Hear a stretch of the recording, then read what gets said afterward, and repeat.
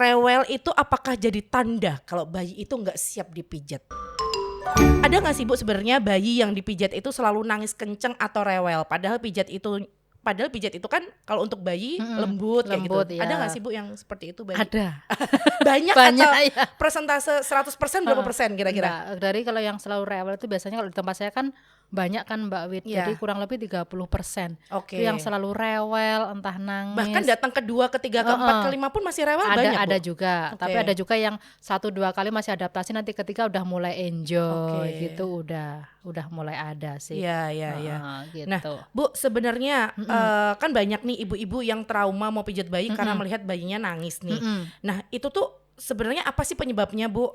Penyebabnya yang pertama bisa jadi karena bayi rewel itu kan ada sebabnya, bisa jadi dia sakit Mbak Widya. Makanya kan kayak batuk pilek itu kan ada terapi batuk pilek, tapi dia kan tidak nyaman kalau kita orang dewasa pas batuk pilek itu kan juga rasanya pusing, panas, kayak itu tidak nyaman. Bisa jadi terus dia ngantuk. Terus bisa jadi dia lapar. Jadi waktu yang kurang tepat ya Bu ya? Iya, kurang tepat, jadi lapar bisa jadi.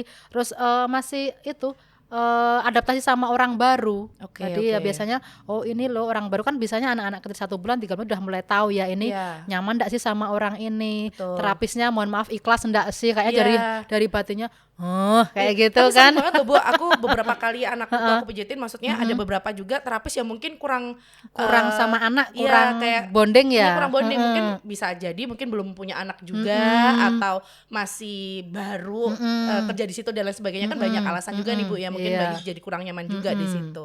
Nah, Bu sebenarnya ini nih ada kutipan dari washington.edu, itu ada 6 tahapan perilaku bayi, mulai dari quiet sleep, ada active sleep, ada drowsy, quiet alert, active alert, dan juga crying. Mungkin bisa dijelasin satu-satu dulu nih Bu, mungkin tahapan pas kenapa bayi itu sarewel gitu. Ya, kalau pas quiet sleep tuh pas tidurnya tenang banget tuh Mbak Widya.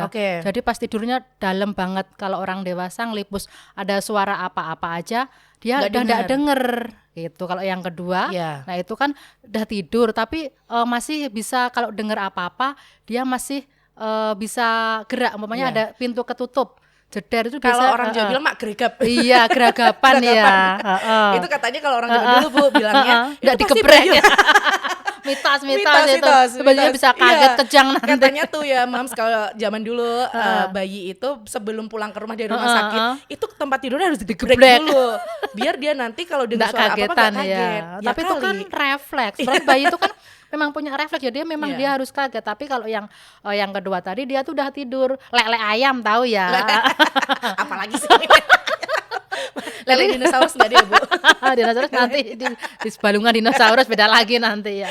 Jadi kalau lele ayam itu dia tidur tapi pikirannya itu masih kayak bangun, belum nyenyak banget. Jadi kalau ada orang buka pintu, ada yang naruh apa tuh dia geragap.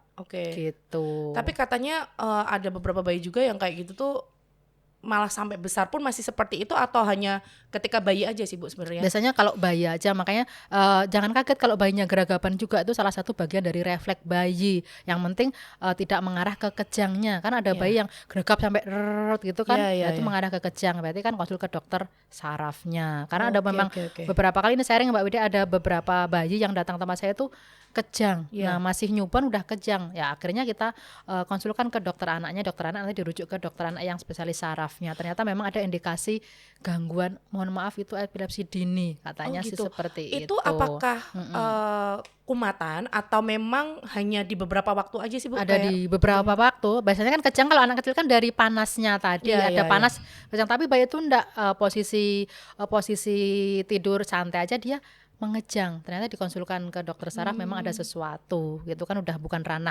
perpijatan lagi gitu. Iya, betul. Ada indikasi yang lain ya Bu ya berarti ya. Terus kembali ke tahapan tadi yang ketiga. Tadi ada drowsy. Ya, drowsy itu fase ngantuk-ngantuknya ya. Jadi dia ngantuk-ngantuk, jadi pas rewel, apalagi pas drowsy, pas pengen ngantuk-ngantuk, pengen nenek dipijat, dipaksa buat pijet, pasti akan rewel banget.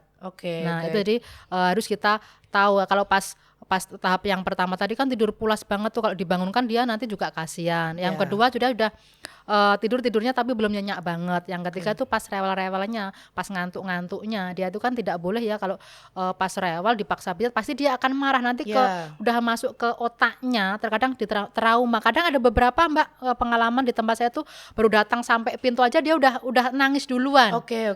Sebenarnya mungkin trauma nggak hanya berdasarkan dari pijat aja ya Bu, mungkin sebelumnya dia sudah pernah mengalami penanganan di rumah sakit, di tempat kayak diinfus, mohon maaf, karena kan ada kalau ada sakit kadang diinfus itu. Terus ada trauma di tempat pijat sebelumnya mungkin dengan agak keras atau apa, akhirnya udah terekam di dalam otaknya. Kan bayi juga pinter kan, udah bisa mikir, udah terekam di otaknya. Aduh nanti aku diginiin. Ada yang beberapa kali tempat saya tuh datang terus udah kayaknya udah baru masuk aja udah nangis, udah gelisah dari awal itu. Tapi lama-lama nanti biasanya kita ngajak mainan dulu, terus diajak bonding dulu, nanti lama-lama enak loh kayak terus akhirnya dari nyaman. Nanti terapi selanjutnya udah makin nyaman lagi. Jadi memang kalau nangis ya jangan stop di situ, tapi kita ikhtiar istilahnya kita berusaha menenangkan, mainan, komunikasi. Apalagi kalau di tempat saya itu ada gambar-gambarnya di tembok, itu kan sambil belajar mainan itu insya Allah. Tanya ini gambar apa? Gitu, apalagi udah makin gede itu biasanya udah makin ngerti. Paham ya, semakin nyaman, bahkan malah ada yang minta Iya, ada juga kadangnya di tempat saya itu malah ada aku maunya pijat di Mbak Bidan cantik gitu juga ada. Saja. Cantik. Promo ya. Nanti Bidan ganteng enggak ada ini, Mbak. Mas Panji. Oh iya. Kembali ke fase tadi ya. Itu kan fase yang tidur, yang drowsy tadi ya. Terus sekarang yang quiet fase alert itu yang gitu, tenang. Itu yang paling tenang Mbak Widya. Jadi dia sadarannya penuh. Jadi kalau diajak komunikasi dia happy banget. Jadi dia sadar kalau mau dipijit itu dia. Nah, itu fase-fase itu yang tepat nih biasanya buat pijetnya. Jadi dia tuh udah tenang nih. Ciri-cirinya dia diajak komunikasi udah senyum-senyum, datang udah senyum-senyum kan, kita timbang dulu senyum. Apalagi kalau udah 3 bulan itu kan udah bisa ngekek-ngekek gitu ya. Itu fase tenang. Dia udah tahu ini aku mau dibawa tempat pijit nih, aku udah ready nih. Badanku udah ngantuk, jadi enggak haus. Jadi udah bener-bener. Jadi ibunya kan tahu nih kapan waktu dia ngantuk, waktu dia haus. Jadi usahakan kalau mau pijit itu ya dalam kondisi enggak haus, enggak ngantuk. Jadi yang pas tahap harus itu. dalam kondisi yang tepat ya, waktu yang tepat itu tadi ya Bu ya. Terus yang selanjutnya itu kondisi active alert. Aktif itu sebenarnya tenang, tapi dia udah mulai bosen, udah mulai ngerengek. Cranky. Iya. Sekarang cranky. Dia udah mulai kayak dia haus pengen nenen. Kan kalau bayi kan tiap 2 jam pasti dia nenen, lapar. Dia sebenarnya dia udah agak-agak tenang sih, tapi dia itu pas akhir-akhir itu kalau dipijit awalnya kan dia udah mulai bosen nih, udah mau pengen nenen nih, udah pengen, harusnya dia masih terlentang, udah pengen tengkur, tapi kita turutin aja. Mamanya dia kan pas depan dulu yang kita pijit, tapi ternyata dia udah mulai cranky, kita tungker dulu, jadi kita turutin aja. Dia maunya duduk, ya udah kita pijit sambil duduk. Jadi macam-macam enggak harus dipaksakan. Iya, harus tiduran aja, kita ikutin moodnya. Nah itu yang tahapnya itu dia mulai udah biasanya harus, kadang kita malah stop dulu buat nenen dulu. Yang penting enggak pas pijit perutnya. Jadi kalau sambil nenen kita pijitnya sambil di kakinya, yang penting pas nenen enggak pas dipijit di perutnya. Gitu. Bu, berpengaruh nggak sih setelah minum ASI habis nenen mama gitu ya, terus langsung dipijit, kan banyak ya mungkin yang takut bayinya gumoh dan lain sebagainya. Itu kira-kira pengaruh juga nggak sih Bu? Iya, jadi kalau pijit minimal 30 menit setelah makan atau minum. Perutnya kan masih penuh nih. Kalau kita pijit langsung takutnya muntah. Misalnya minimal 30 atau 1 jam setelah makan atau minum baru kita pijet. Tetapi kalau pas dipijet rewel dinenenin dulu, yang penting perutnya udah terlewati. Nah, jadi kalau kakinya sih enggak masalah kan, perutnya udah dilewatin. Kalau kaki kan nggak ngefek juga nih, kalau dia mual atau apa kan nggak terlalu ngefek ya Bu. Nah terus yang terakhir tadi ya crying, itu dia ketika menangis. Wah itu udah nangis banget itu ya. Itu gimana Bu cara menghadapinya? Maksudnya pasti kan kita panik dulu nih, apalagi kalau mungkin kalau Bu Bidan kan udah setiap hari pegangannya ya. Maksudnya kalau kita pasti yang kayak aduh gimana nih bayiku nangis terus gimana. Tapi kita akan hibur ya. Jadi biasanya ada beberapa bayi yang suka mainan tertentu yang berbunyi, yang berwarna. Kita bawa mainan. Kalau tempat saya kan biasanya memang banyak mainannya ya. Jadi nanti setelah pijat dia rasakan dulu, umpamanya dia cranky banget ya, nangis banget, itu nanti kita akan cek posisinya, yuk kita sambil mainan, yuk sambil duduk, sambil main nata, dia nanti fokus ke mainannya. Berarti berkomunikasi, iya. Terus ibunya biasanya dampingin, sukanya apa, nanti kita sambil komunikasi sama ibunya. Suka ada bawa yang mainan tertentu yang dia sukain, umpamanya tetap kita komunikasi, kita perlahan-lahan. Jadi biasanya kalau terapisnya pijat, kita terlalu tanya ke mominya, biasanya kalau dipijat nangis enggak Bu? Ya kita tanya, biasanya enggak nangis Mbak, berarti memang santai. Tapi kalau biasanya memang nangis Mbak pas areal ini, biasanya kan kalau ada areal tertentu yang sering, umpamanya bayi yang biasanya paling sering merasakan sakit atau menangis itu biasanya di bagian biasanya apa, Bu? Muka. Iya, karena dia risih ya. Biasanya kan muka duluan, tapi biasanya kalau saya nanti enggak harus urut kok. Maksudnya kita taruh di belakang aja. Biasanya kalau udah gede, biasanya kita sambil mainin, yuk kita main vesel-veselan yuk. Kayak gitu, kita main bedak-bedakan ya, biar glowing, biar cantik. Kalau perempuan glowing side. Ya tadi biar jadi YouTuber nanti. Jadinya dia ngikut.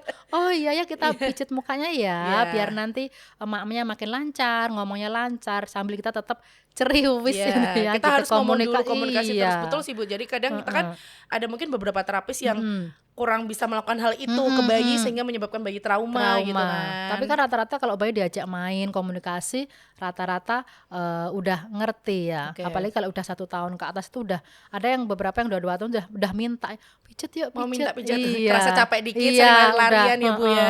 Gitu. Nah Bu, terus ini dari ke-6 tahapan tadi sebenarnya mana sih Bu yang paling tepat itu tuh untuk waktu untuk memijat bayi itu yang paling tepat, yang paling tenang, yang quiet tadi, quiet tadi itu yang paling tenang. Diajak komunikasi, dia ndak rewel, ndak haus, jadi pas tepat. Jadi nanti ini juga harus kerja sama orang tuanya. Jadi komunikasi tadi, bayiku nih pas datang, biasanya kalau kan bayi reservasi ya, biasanya jam sekian anakku ndak pas ngantuk, ndak pas tidur, jadi orang tua kan tahu. Terus kalau memang manggil terapis yang home visit, berarti biasanya kita tanya jam tidurnya jam berapa. Nah gitu, jadi kita komunikasi sama orang tuanya. Jadi pas quiet alert tadi yang pas dia itu pas tenang-tenangnya, itu waktu quiet yang alert tadi ya paling tepat. Nah Bu, kalau di tahapan quiet alert tadi apakah ada batas waktunya tuh Bu? Sebelum ke active alert tuh ada batas waktunya nggak?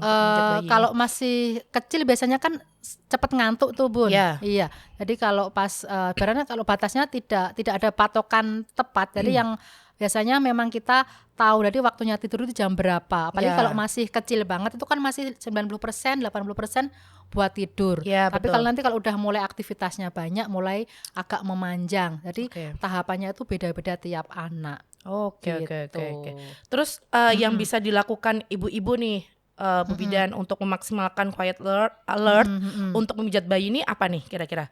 Jadi kalau mau datang, jadi biasanya jangan dibiarkan lapar yang berkepanjangan. Ya, kadang tuh kan mungkin ibu-ibu ada yang sibuk juga nih ada yang udah pokoknya buru-buru mau ke tempat pijat ayo gitu. Ngemerungsung. Nanti takut antri, takut apa, dipersiapkan dulu. Jadi dipersiapkan dulu pas habis mandi, apalagi kalau habis mandi terus nenek tidur. Nah, jadi tahu jam-jamnya, mamanya kan lebih paham ya, ini jam tidurnya. Tapi terkadang memang ada beberapa anak yang tidurnya masih belum, ritmenya tuh belum teratur. Jadi maknya ini perlu kerjasama, disiapkan nanti pas tidak jam tidur, pas tidak jam lapar, jadi bisa nanti dibawa ke terapi. Jadi dimaksimalkan mungkin kerjasama sama orang tuanya biar lebih paham ini kapan sih dia waktu tepatnya dia gitu. Nah Bu Bidan Mariam, ini yang terakhir nih, pesan untuk ibu-ibu yang terlanjur kapok pijat bayi sendiri karena pasti pijat tuh si bayi rewel atau nangis tuh apa nih pesan-pesannya? Pesan-pesannya tetap semangat ya Bunda memijat sendiri atau ke terapis. Jadi tidak perlu takut karena perlu kita coba lagi. Siapa tahu yang pertama itu belum nyaman, kedua nanti nyaman, ketiga sangat nyaman. Perlu diulangin terus gitu. Keajaiban pijat pada bayi ya Bu ya. Enggak cuma sekali sekali kapok ya enggak bisa. Jadi memang perlu dilakukan berulang-ulang. Terima kasih banyak waktunya untuk hari ini Bu Bidan Mariam. Sama-sama Mbak Widya. Sampai jumpa di podcast berikutnya. Bye.